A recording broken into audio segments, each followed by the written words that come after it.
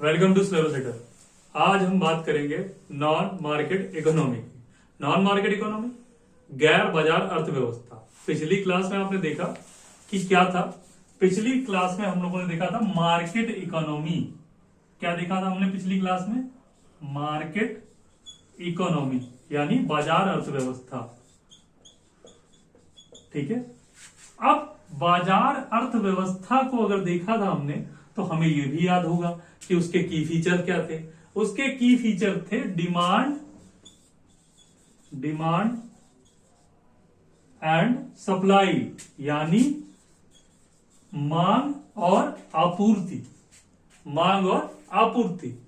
अब एक चीज समझिएगा कि अगर हम यहां पे क्या कर रहे हैं, ये मार्केट इकोनॉमी है, इसके आगे नॉन यानी गैर लगा दे रहे हैं, तो हम क्या चीज करना चाह रहे होंगे? हम बात कर रहे हैं कि भैया यहां डिमांड और सप्लाई की बात नहीं करनी, या बिल्कुल कम से कम बात करनी। इतनी कम करनी कि मतलब उसका कोई इंपैक्ट ही ना पड़े अर्थव्यवस्था पर। वो होगी गैर बाजार अर्थव्यवस्था। गैर बाजार अर्थव्यवस्था होगी। ठीक है। तो अब नॉन मार्केट इकोनॉमी है। ठीक है। यहां डिमांड और सप्लाई की बात नहीं हो रही। ठीक। डिमांड और सप्लाई की बात नहीं हो रही, तो भैया कोई तो बात हो रही होगी ना, कुछ तो हो रहा होगा। ये अर्थव्यवस्था है।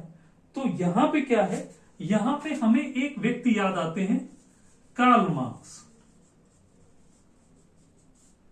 अब कार्ल मार्क्स की विचारधारा को या तो समाजवाद या साम्यवाद कहा जा सकता है, या कुछ लोग उनको कम्युनिस्ट यानी सामंतवादी सोच भी मानते हैं। तो अब देखिए, दो शब्द आपके सामने आए, एक तो समाजवादी और एक होता है सामंतवादी यानी सोशलिस्ट और कम्युनिस्ट। तो भैया इकोनॉमी है, तो इकोनॉमी दो विचारधाराओं पे आधारित हुई। किस पे? सोशलिस्ट पे और कम्युनिस्ट पे। ठीक, यानी समाजवाद पे और सामंतवाद पे। तो समाजवाद क्या कहता? समाजवाद कहता था कि जो भी रिसोर्सेज हैं वो सब तक पहुंचे। समाजवाद की भावना एक अंत्योदय की भावना है, अंत तक उदय हो, जिसका डिस्ट्रीब्यूशन इजली हो। तो इसमें कहा गया, इस इकोनॉमी जो इस विचारधारा पे जो इकोनॉमी बनी, उसमें क्या था कि नेचुरल रिसोर्सेज यानी जो प्राकृतिक संपदा है उस पे सबका अधिकार। ये कौन करेगा? तो ये करेगा कोई केंद्रीय शक्ति ही, जो कि मार्केट इकोनॉमी पे इंफ्लुएंस रखती हो। मार्केट इकोनॉमी में एक चीज हमने देखा था, यहां लीस्ट यानी कम से कम गवर्नमेंट का या सरकार का या केंद्रीय शक्ति का हस्तक्षेप होता था। इंटरवेंशन जो था वो लीस्ट था, कम से कम था। लेकिन यहां क्या बात हो रही है? यहां बात हो रही है कि सोशलिस्ट जो चीज है, जो नेचुरल रिसोर्सेज है, वो कौन ओन करेगा? वो करेगा सेंट्रल अथॉरिटी यानी केंद्रीय शक्ति। तो केंद्रीय शक्ति किसी देश की कौन हो सकती है? उसकी सरकार। ठीक है। अगर वहां तानाशाही है तो तानाशाह। तो तानाशाही की बात अभी नहीं करते, अभी सेंट्रल ओन्ड की बात करते हैं। ठीक है। केंद्रीय सरकार जो है वो इसको ओन करेगी और उसकी डिमांड सप्लाई या उसकी जो डिस्ट्रीब्यूशन है, उसको कितना किसको देना है, कैसे निकालना है, वो सारी चीजें कौन करेगा? वहां की सेंट्रल अथॉरिटी। अब इसमें आपने देखा कि नेचुरल रिसोर्सेज जो है वो सेंट्रल ओन्ड है, लेकिन कम्युनिस्ट विचारधारा में जब आएंगे तो लेबर जो है वो भी, लेबर पावर भी ओन किसके द्वारा की जाती है? गवर्नमेंट या सेंट्रल अथॉरिटी के कारण। अब आपने देखा यहां पे सेंट्रल अथॉरिटी का इसमें बड़ा रोल है, सेंट्रल अथॉरिटी का बहुत बड़ा रोल है। तो इसको क्या कहते हैं? State plan, state owned economy, यानी इसको सरकार ओन कर रही है, गवर्न कर रही है। कमांड इकोनॉमी के नाम से भी जाना जाता है इसे, कमांड इकोनॉमी के नाम से भी जाना जाता है। तो कमांड इकोनॉमी का भी वही मतलब है कि इसके जो डिसीजन है वो एक सेंट्रल अथॉरिटी ले रही होगी, ठीक है। उसके बाद आप देखते हैं इसको एक सेंट्रल प्लान्ड इकोनॉमी के नाम से भी जाना जाता है। ये तीन नाम इसी के हैं, state owned economy, central planned economy, ये और कमांड इकोनॉमी, यानी केंद्रीय योजनाबद्ध अर्थव्यवस्था। केंद्रीय योजनाबद्ध अर्थव्यवस्था भी है, वो भी नॉन मार्केट इकोनॉमी का ही एक नाम है, ठीक है। तो आपको ये समझ में आ गया होगा कि सोशलिस्ट कम्युनिस्ट आइडिया क्या थे। सोशलिस्ट के अगर इस पे बेसिस देखें तो हमारा यूएसएसआर, इस टाइम पे यूएसएसआर, जो कि अभी भी इसमें रसिया में कुछ इसकी झलक, क्योंकि अब ये टूट कर रसिया बन चुका है, तो रसिया में भी अभी भी सोशलिस्ट चीजों की, सोशलिस्ट इकोनॉमी की, या मतलब जो है नॉन मार्केट इकोनॉमी की कुछ झलक मिल जाती है। उसके नेचुरल रिसोर्सेज अभी भी सरकार ही ओन कर रही है, ठीक है। और कम्युनिस्ट की देखा जाए तो अभी कुछ इंपैक्ट इसका हम चाइना में देख सकते हैं।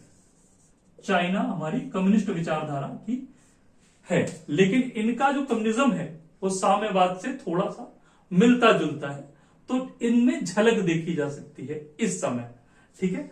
तो अब हम बात करते हैं कि नॉन मार्केट इकोनॉमी को हमने ये जान लिया कि इसको किन किन नामों से जाना जाता है। सोशलिस्ट और कम्युनिस्ट विचारधारा क्या है, कि क्या विचारधारा का क्या प्रभाव पड़ता है इस अर्थव्यवस्था पर, ठीक है।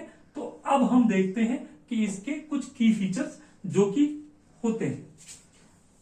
तो इसमें अब देखिए, जब स्टेट ओन्ड इकोनॉमी, ये तीनों नाम आप ध्यान में रखिएगा, क्योंकि अभी जो चीजें जो इसके की फीचर्स बताए जाएंगे वो इसी में से आपको समझ में आएंगे। भैया जब स्टेट, अब की फीचर देखते हैं तो आपने देखा कि ये केंद्रीकृत व्यवस्था इसको नियंत्रित कर रही है।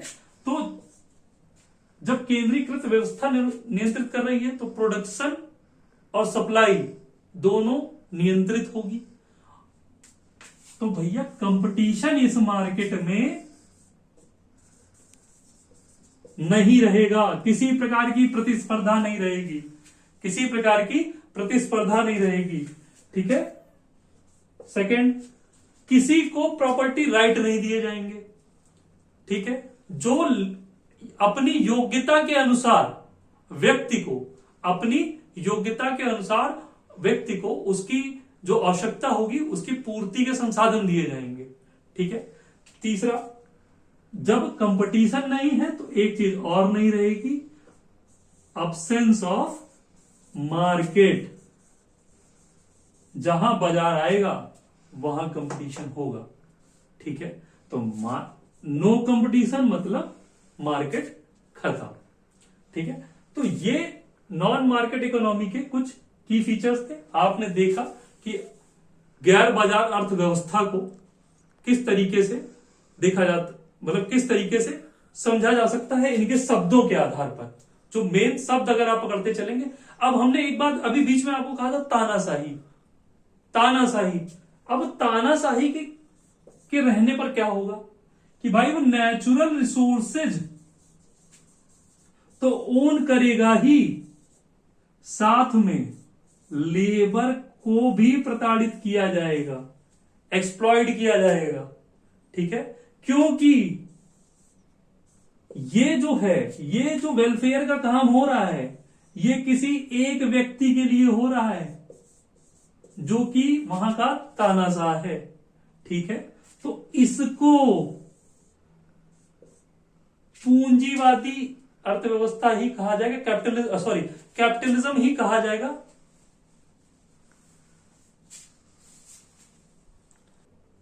तो हम जो बात कर रहे थे, यहां एक वर्ड इंट्रोड्यूस होता है जिसको कहते हैं स्टेट कैपिटलिज्म। जो कैपिटलिज्म है वो पूंजीवाद है, लेकिन किसके द्वारा? किसी एक केंद्रीकृत मतलब किसी एक सेंटर कमांड के द्वारा। अब यहां तानाशाही है तो एक व्यक्ति द्वारा जो वहां पे एक शासन कर रहा है, उसके लिए जो पूंजीवाद है वो स्टेट कैपिटलिज्म है, वो यहां होता है। इसका सिंपल सा जो की फीचर है कि लेबर भी एक्सप्लॉइड हो रहे हैं और नेचुरल ओन रिसोर्सेज भी किसी एक की तरक्की के लिए ही कार्य कर रहे हैं। तो ये अगर आप वर्तमान में देखना चाहें तो वो है नॉर्थ कोरिया। ठीक है, नॉर्थ कोरिया। और एक प्रकार से ये बंद अर्थव्यवस्था का भी उदाहरण है। ठीक है, तो ये थी आपकी आज गैर बाजार अर्थव्यवस्था यानी नॉन मार्केट इकोनॉमी की पे जो हमारा क्लास है। इसमें अगर आपको कुछ भी डाउट है तो आप हमें डायरेक्टली हमारे व्हाट्सएप पे जुड़ सकते हैं, और अगर आपको कुछ नहीं समझ में आया तो कमेंट में भी बता सकते हैं। अगर आपको हमारा वीडियो अच्छा लगा हो तो लाइक करें, कमेंट करें और ज्यादा से ज्यादा शेयर करें। धन्यवाद।